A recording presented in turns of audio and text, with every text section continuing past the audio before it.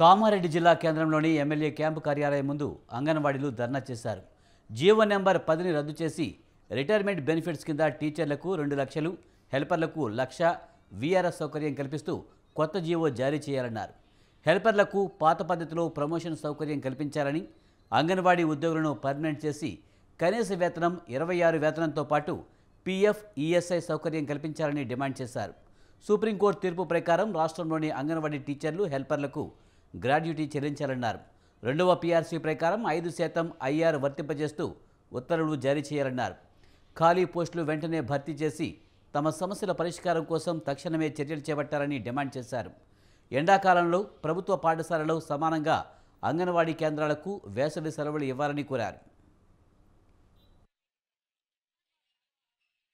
ప్రధానంగా ప్రభుత్వాల నిర్లక్ష్యం ఏమున్నదంటే స్టేట్ సెంట్రల్ రెండు ప్రభుత్వాలు చేయాలా, ఇది చాలా మందికి తెలియదు. ధర్నాలు చేసినప్పుడు మొన్న ఎన్నికల ముంగట ధర్నాలు చేస్తే కాంగ్రెస్ వాళ్ళు వచ్చిండ్రు, బీజేపీ వాళ్ళు వచ్చిండ్రు.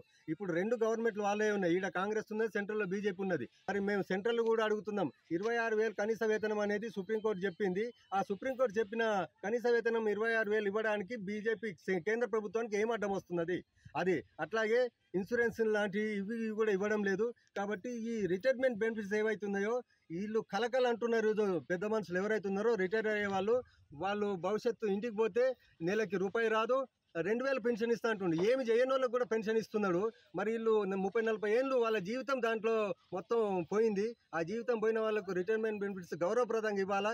2 లక్షలు, 1 లక్ష టీచర్కు 2 లక్షలు, ఆయాకు 1 లక్ష ఇవ్వాలని చెప్పేసి ఏదైతే ఈరోజు ధర్నా జరుగుతుందో దాన్ని ఈ ప్రభుత్వం వెంటనే ఆ జీవో నెంబర్ 10ని రద్దు చేసి ఈ కొత్త జీవోను విడుదల చేయాలని చెప్పేసి మేము కోరుతాం. దీంట్లో ప్రధాన